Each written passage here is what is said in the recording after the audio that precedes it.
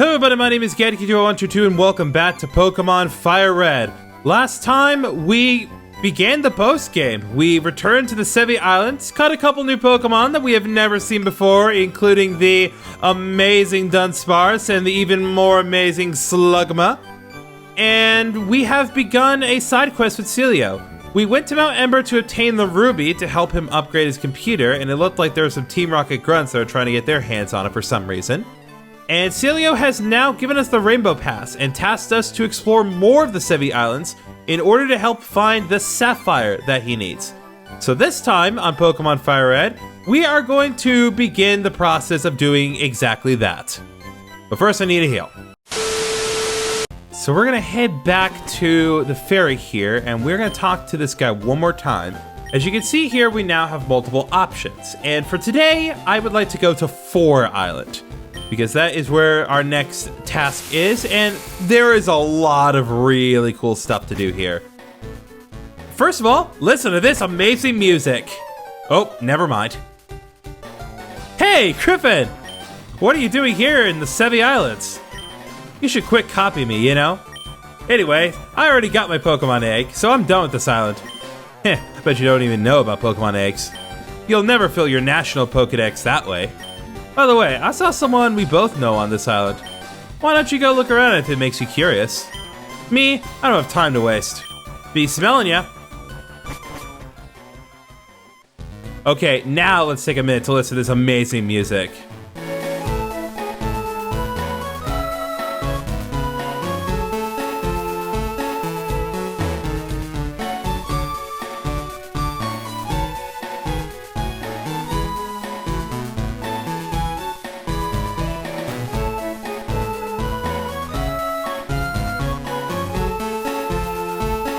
So this is a recreation of the Violet City music that can be found in Gold Silver and then later on Heart Gold and Soul Silver.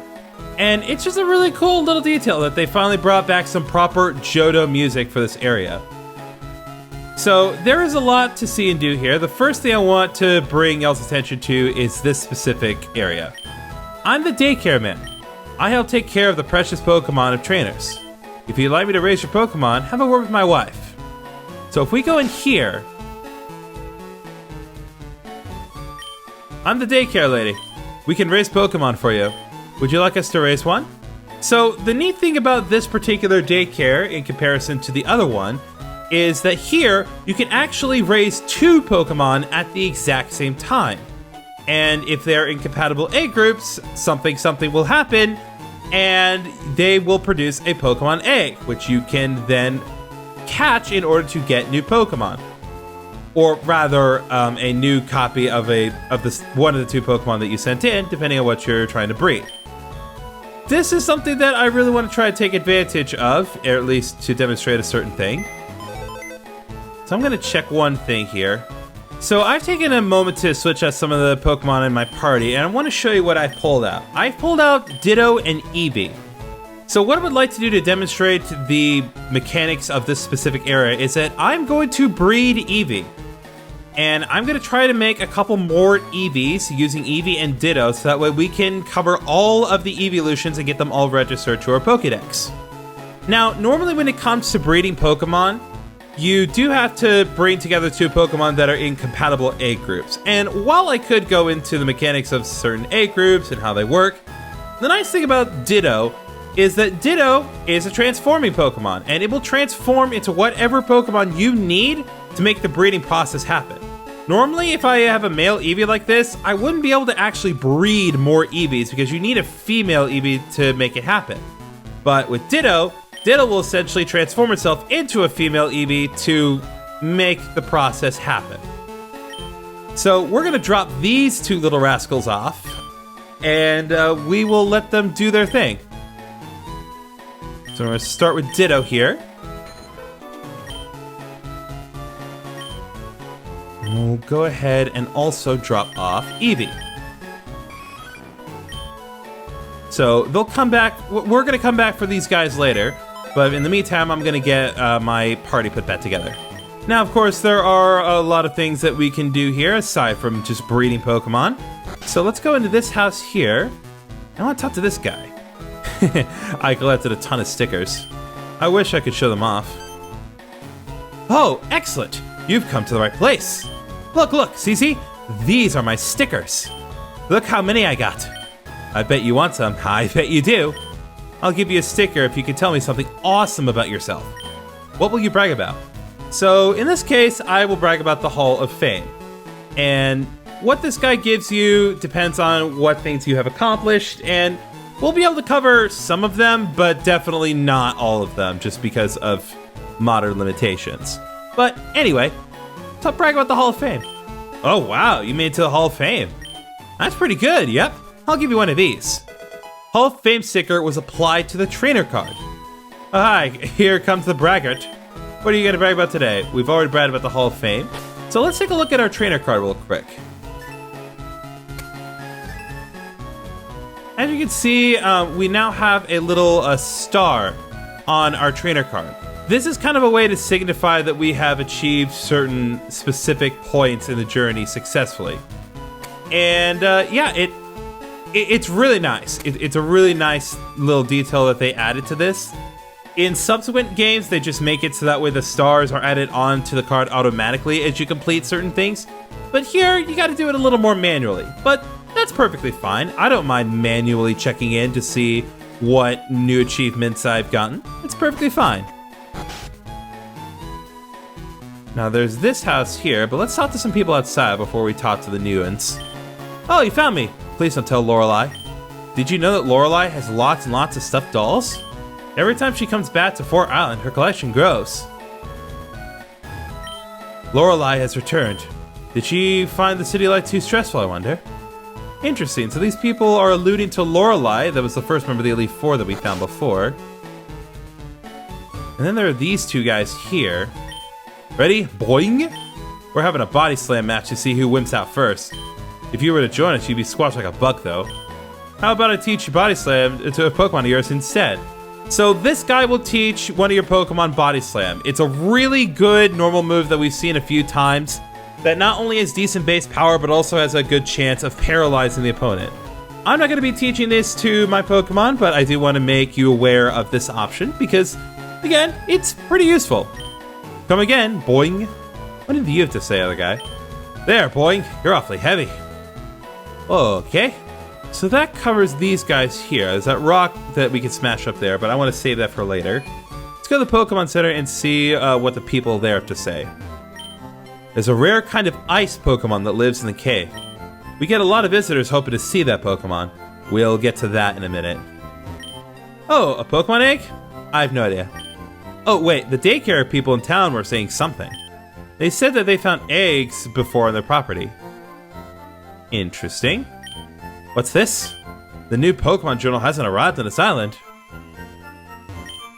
There's a Pokemon Journal from years ago.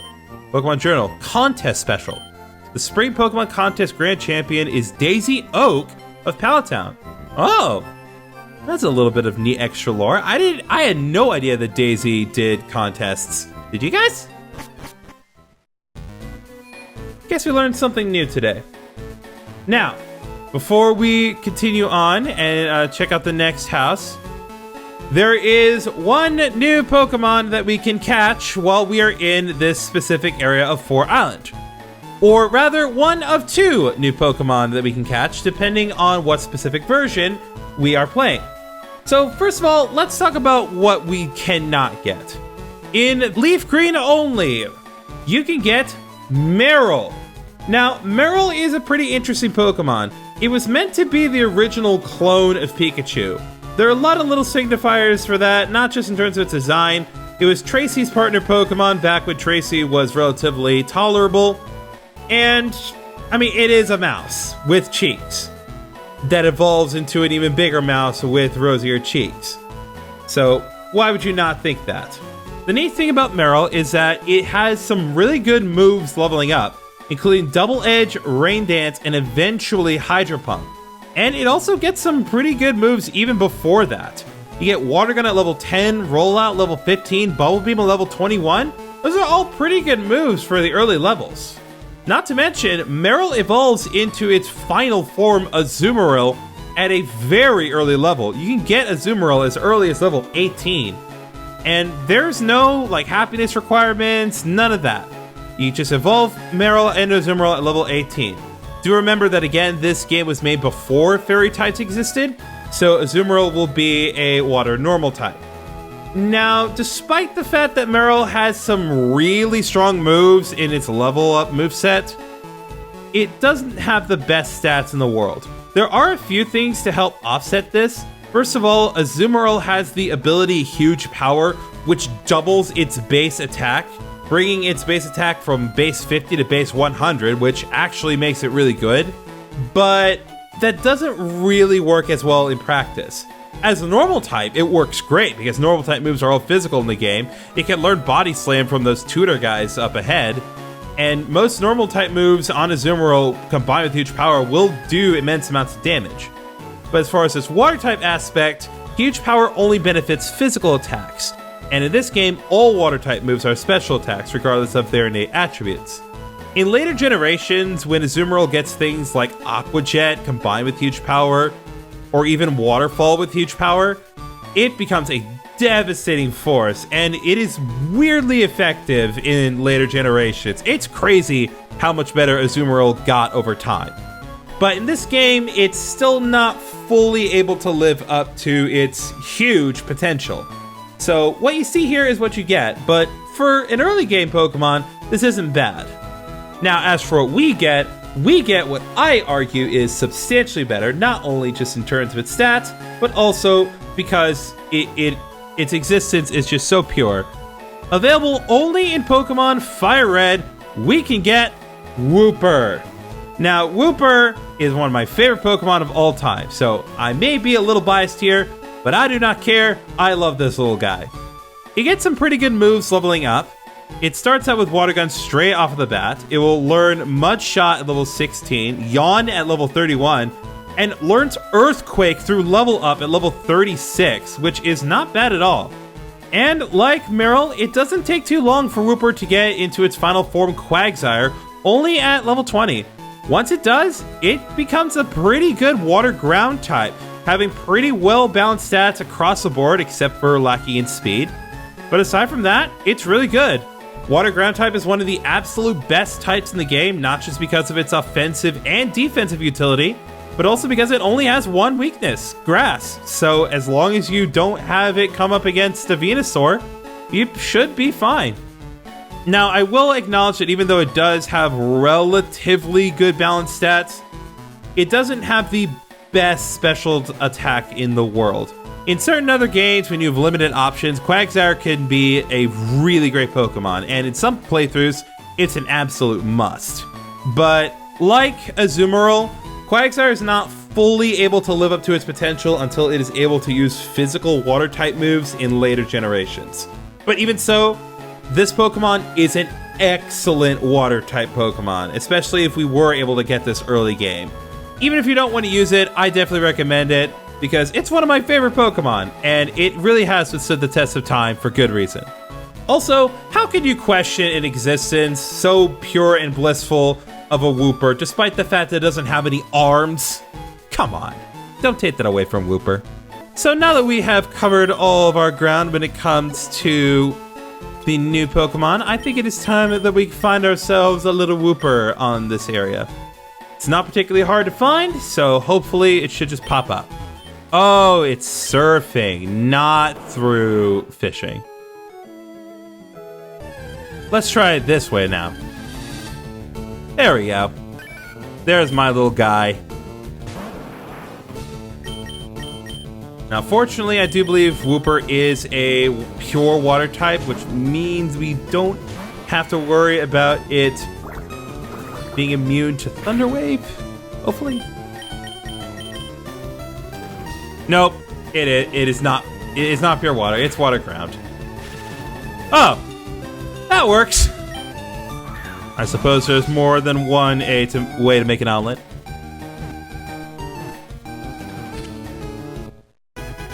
All right, we got ourselves a Wooper. The greatest Pokemon has been added to the Pokédex, and why is it on the same page as Psyduck and Golduck? Don't compare those two. Wooper, the water Pokemon. When it walks around on the ground, it coats its body with a slimy, poisonous film. Maybe that's a subtle reference, or rather a subtle foreshadowing for Gen 9? Because it straight up becomes a poison type in Gen 9. Anyway, I'm actually not going to give you guys the option to nickname Wooper because there is only one name that I accept for Wooper, and that is If you know the reference, good for you. If you know the reference to the reference, better for you. Always transfer the Bill's PC. Place in box 1. Oh, that's right, because I took out Eevee. Alright, well, that takes care of that. So now that we have gotten Wooper all dealt with, let's go to Lorelai's house. Interesting. So as a little girl said, Lorelai has stuffed animals in here, or rather stuffed Pokemon. Now, the really cool thing about this particular house is there is actually a weird mechanic with this. A mechanic that I am not going to go out of my way to show off in its entirety because I do not have unlimited time. But one of the neat things to know is every time, I believe it is like every 10 times that you defeat the Elite Four and the champion, which you're free to go back and re-challenge at any point, there will be a new doll added to this house. And there are many, many dolls that can be added to this house. If I can find a picture of the complete set, I will put it on screen here. But yeah, this can get ridiculous. But as you can also imagine, it is an extreme undertaking that you should really only do if you have an unlimited amount of time. I would not recommend doing this if you have anything else to do with your life. But hey, maybe you like using the Elite Four to grind up your Pokemon so you can get high-level evolutions nice and easy, which, if that's what you want to do, that's fine. Like I said, I'm not going to be undertaking that because I don't have an unlimited amount of time. But maybe you want to go for it. And if it's something you want to do, then go on and go for it, just so you can see more dolls in this house. So now that we've gotten that taken care of, I want to go here.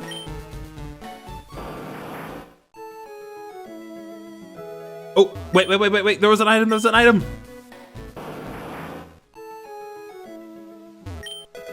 Found a Stardust. Very useful. We can sell that for more money so I can buy more things. Ooh, chilly. I made a slushie using ice I shaved inside Icefall Cave. It's chilly and tasty. Interesting. I didn't really consider the possibility of a slushie being brought up here, but I suppose anything's possible. Welcome to Icefall Cave. This is a new area that we are now able to explore now that we have access to the post-game. We do need to go here in order to progress things. As you can see, there is a waterfall here. In Ruby and Sapphire, we'd be using this waterfall. We'll be using waterfall on this waterfall to get up the waterfall, but we don't have the ability in this game. So we're just going to have to do it manually by going in this cave. Now that I believe, yes. So now that we have gotten into the inner cave of Icefall Cave, there are two things that you want to be very wary of. One of them is this little ice puzzle. If you step on one of those ice tiles 2 times, then you will fall through. We see here a Swinub. And I suppose now that we've encountered this little guy, there's no better time to talk about the new Pokemon that we can find here, because there is actually quite a few Pokemon that we can find here. But let's focus on Swinub. I'm getting off track here. Swinub, the little pig Pokemon that could. It is a relatively unique type. Swinub is a ground ice type Pokemon, which does have its benefits in terms of its ability to deal with electricity. But like Slugma, it has pitiful stats. But once it evolves into its evolved form, Piloswine at level 33, he gets a pretty good boost to its HP, attack, and defense stats, making it a pretty good offensive tank. Now, there are a couple of issues regarding its moveset, despite how good its stats are. The biggest issue is that it does not learn any ground-type moves leveling up. So if you wanted to learn a ground-type move, you're going to have to use a TM, and we all know how relatively finite Earthquake is in this game. But it does learn some other good moves to level up. It learns Powder Snow straight off the bat. It'll learn Takedown at level 28, and it'll learn Blizzard at level 56. And despite the fact that you may need to use some TMs, it is actually compatible with quite a few TMs. You can get Ice Beam, Hidden Power, Hyper Beam, Earthquake, Dig, Rock Tomb, Facade, Secret Power, even weird things like Reflect, Attract, Rest, Return, and even Rain Dance, oddly enough. But it's still not too great when it comes to its special attack. And that wouldn't really be a problem, except that Ice-type moves in this game are still special attack regardless of their inherent nature. So once again, in Gen 4 and later, this becomes a moot point, because some Ice moves become physical moves, and Swinub and Piloswine are able to take advantage of that. But as it stands here, as an Ice-type, it's still pretty good, it's just ultimately outclassed by other things that we have encountered. Now, before I go over the other two Pokemon that we can see here, I actually want to focus just on catching Swinub, and then we'll take a brief respite to talk about the other two. I don't want to take away the attention from Swinub while we have it on him.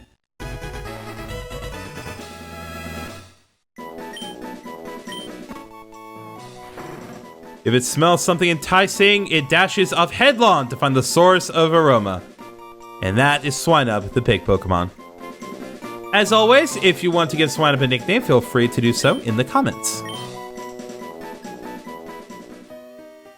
Okay, now let's get this item. Nice little Ultra Ball here. Now, as I mentioned, there are two other Pokemon that you can potentially find in here. One of which is available in each specific version. So, once again, let's focus on what we cannot find first, because I think it's best to do it in that specific order. So, in Leaf Green version only, you're able to find Sneasel. Now, Sneasel is actually a pretty interesting Pokemon. This is one of the first cases of us actually being able to find a straight-up Dark-type Pokemon in the wild. We've seen a handful of Dark-type moves such as Feint Attack and Bite as we've gone through our journey, but this is the first case of us actually just being able to find a straight-up Dark-type Pokemon. Dark types are weak to fighting in bug types, but they are straight-up immune to Psychic and they resist themselves. So they do have some pretty good stuff going for them. Sneasel in particular is not that bad on paper, because it has pretty good stats for attacking really fast. Its base 95 attack and base 115 speed, giving Sneasel a potential to be an excellent sweeper. Plus, it just looks really cool. When we look at its moveset, it has some interesting stuff. It gets Screech level 15, Feint Attack level 22, Furious Swipes level 29, Slash at level 50, Beat Up at level 57, which is a very interesting Dark-type move, and Metal Claw at level 64. So, you get a mix of nice Ice, Dark, and Steel-type moves. Now, despite the fact that Sneasel seems like a good Pokemon on paper, and like I said, is pretty much the first Dark Pokemon that we will find, its type with respect to its stats doesn't really work in this game. A physical Dark and Ice-type Pokemon seems like a match made in heaven. And in later generations, like I've been saying a handful of times, this thing becomes an absolutely devastating force, even before it's able to evolve in a Weavile, when it's finally able to take advantage of physical Dark and Ice moves. But unfortunately, Dark-type moves and Ice-type moves are all special in this game, and while Sneasel has really good physical attack, its special attack is garbage. Even Dunsparce has better special attack than Sneasel.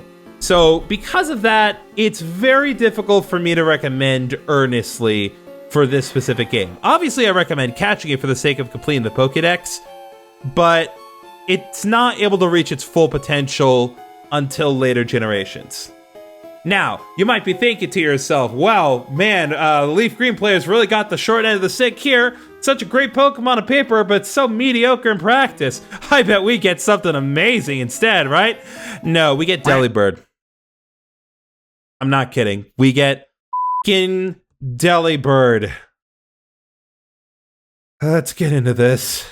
So, I talked about Farfetch'd being an absolute joke of a Pokemon, and I still stand by that notion. But if Farfetch'd is a joke, then Delibird is a gimmick, and a very mediocre gimmick. First of all, let's look at those stats. Aside from its special attack and speed being okay, its other stats are just absolute trash. And unfortunately, it doesn't get any better from here. Delibird's only move that it learns through level up is a move called Present. Now, Present is a very, very strange move. On the one hand, Present can have random power when it is used.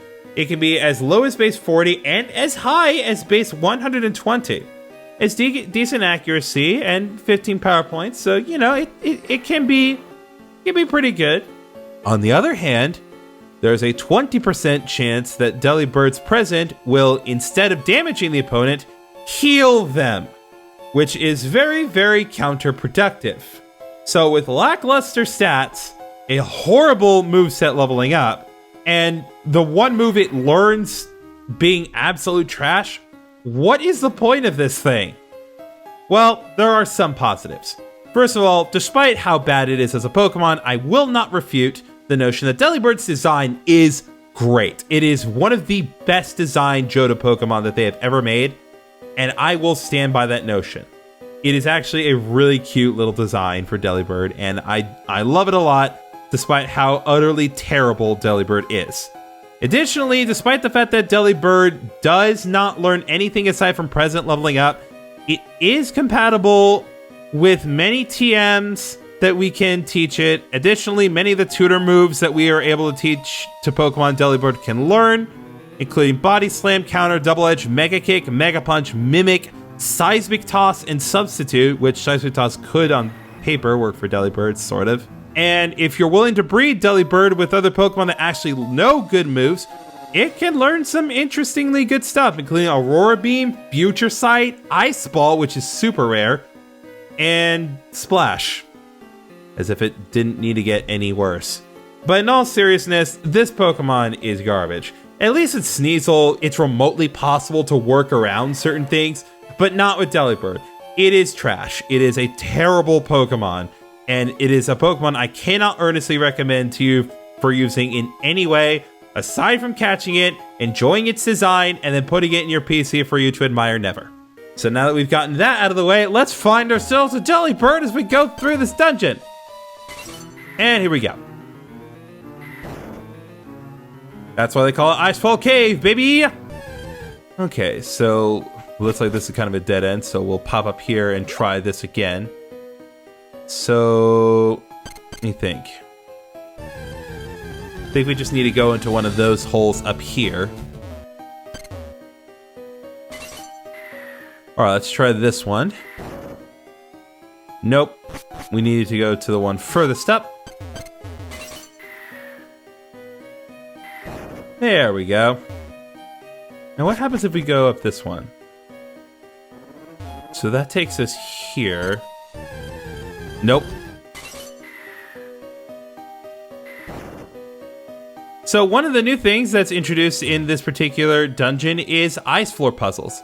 This was something that was introduced back in Gen 2, and as you slide along the floor, you are able to constantly move.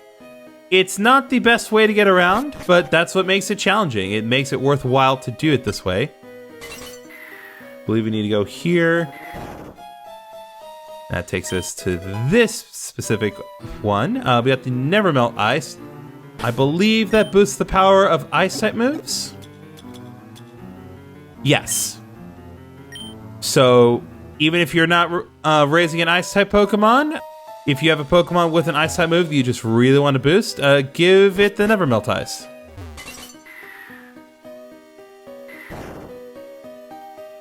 Let's go up, right, down, right, and then up, and then down like this, and then down, and to there, and there. There we go. And here we find ourselves a full restore. Very useful. And now let's go up here. That takes us back here, and we got HM07 waterfalls. So now we do have the ability to traverse waterfalls. Unfortunately, that means I gotta work out a compromise here, so I will be back in a few minutes with a Pokemon that I don't mind teaching waterfall to. I don't want to have two water-type moves on Gullywash because I like the variety of its moveset. Alright, I found a new Pokemon to help us traverse this waterfall here, so we're going to interact with it here. And now, Lapras is going to be bringing us up the waterfall. How that works, I'm not sure, but let's not question it right now.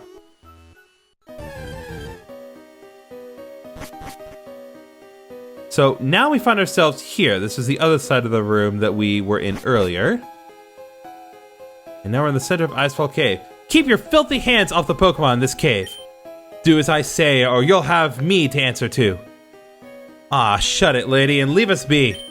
Don't let your glasses get all steamed up. Griffin? What are you doing here? No, we can catch up later. Right now, I need your help. Help me kick these poachers out before they do anything else. They've been catching Pokemon here and then selling them off. Are you ready? You take that one, please. What? Who says we can't do what we want with the Pokemon we catch? Well, that's half true. Of course, you exploit them for money, so no. They were just gonna let Gullywash handle these guys, because of course Gullywash is the king and always Gullywashes through everything. Plus, I like showing off for Lorelei. Why use an electric type for flying types? Gullywash doesn't need electric powers. He has the power of the ice that resides in the cave itself. Or at least in the little disc that I shoved in his head. A simple matter. We didn't plan on this. Clearly not. So despicably weak. You, tell me, where have you taken the captured Pokemon? I'm smashing your ring once and for all. No way, I'm not telling you that. If you won't confess, we'll deep freeze you. God bless Lorelei.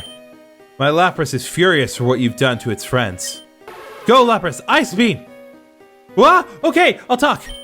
The Pokemon are in the Rocket Warehouse on Sevii Island. There, I said it. We'll be going now. But I doubt you'll ever make it into the Rocket Warehouse.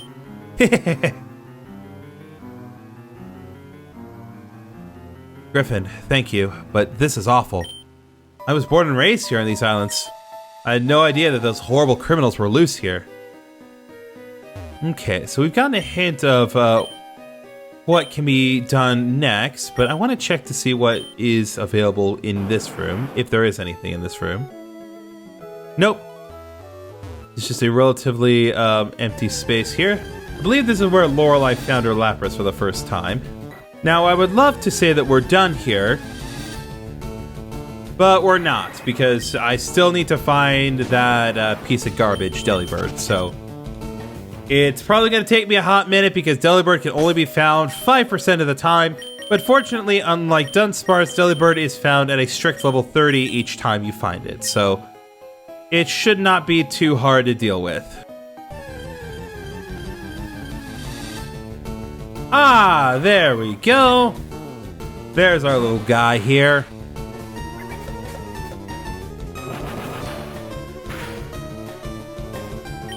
Well, there's a present for you, in all of its spectacular, mediocre glory. It's hard to even really properly gauge how much damage that is, or how much base power it had. Because Delibird is 26 levels lower than Raitoshi.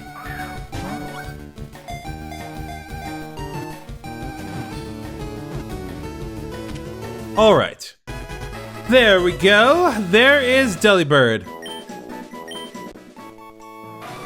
Delibird, the delivery Pokemon. It nests at the edge of sharp cliffs. It spends all day carrying food to its awakening chicks. Or its awaiting chicks. That's actually adorable. As always, if you would like to give Delibird a nickname in the comments, feel free to do so. Hopefully something more positive than I've been calling it. Or negative if you just want to go in with the hate. In any case, Delibird has been transferred to Box 3. So now that we've gotten that taken care of, we are free to leave. I want to check on Lorelei's house one more time. So now that we have completed the Icefall Cave, Lorelei can be found in here.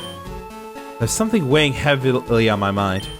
If anything were to happen on the island where I was born, I wouldn't know about it if I were in the Pokemon League.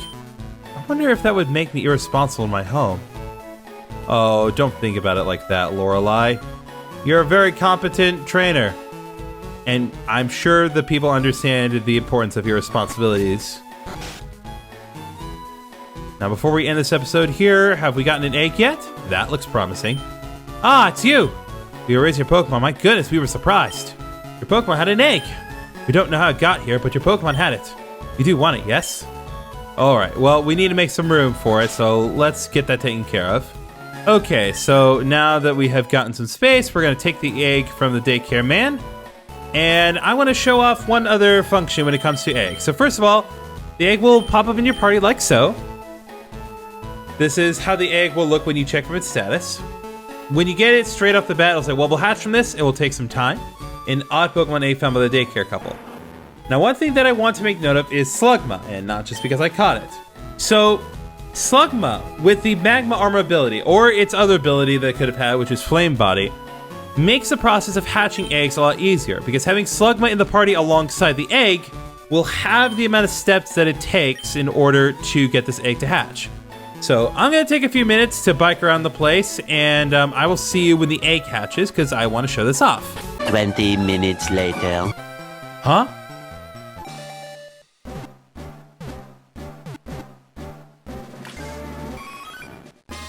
And there we go. After entirely too long, Eevee hatched from the egg. If you want to give this Eevee a nickname like the other one, feel free to leave a comment below.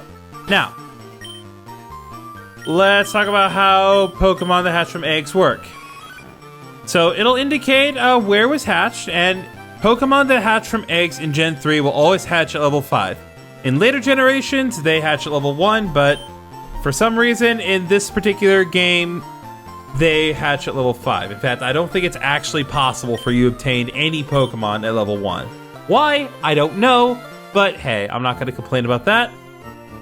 But yeah, I think we're going to go ahead and stop here. We've had a very long episode. We've explored pretty much everything that there is to do at Fort Island. We've been introduced to the new Pokemon Daycare Center that allows us to facilitate breeding.